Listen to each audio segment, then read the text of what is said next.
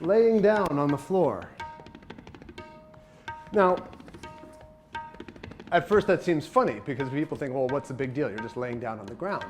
And so I wanted to take a kind of a deep dive to look into that and notice what's happening to your body when you're laying on the ground. Why would that pose be harmful to you? And, when in our modern life, we tend to be in this position. So our thighs are generally in front of our hips. And so what we're doing is we're shortening the hip flexor muscles. That's because we happen to be in chairs a lot. This is just that general shape of being in a chair, a couch, your car, a bus, anywhere, pretty much everywhere in our lives. So then when we try to flatten our body out onto the floor, these muscles might not know how to let go. They might not even have the length anymore to fully extend. My cylinder. And I'm going to set that under my head. Not under my neck, but right on the base of my skull. And so what this is doing is the exact same thing as the lower block is doing, is I'm letting the back of my neck start to release towards the floor as my lower back is also releasing towards the floor. And it's sort of like you're putting your spine into the shape of a hammock and seeing how much you can allow the hip flexors and your neck muscles to let go.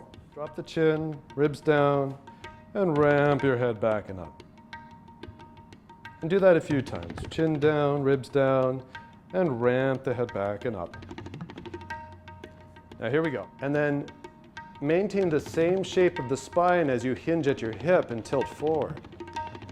So notice right away, does this happen? Does your chin reach forward? Now, pull your shoulders down the back, and you might start to feel that head automatically coming towards that ramped position.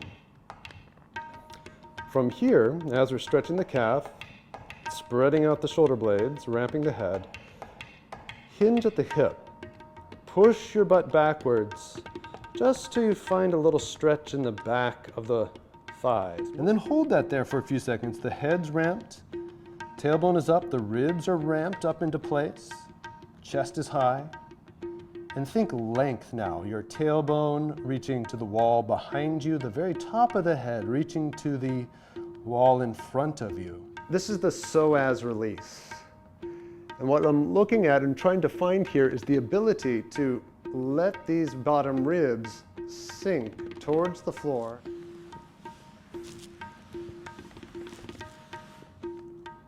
And when you're ready, feel free to come back up.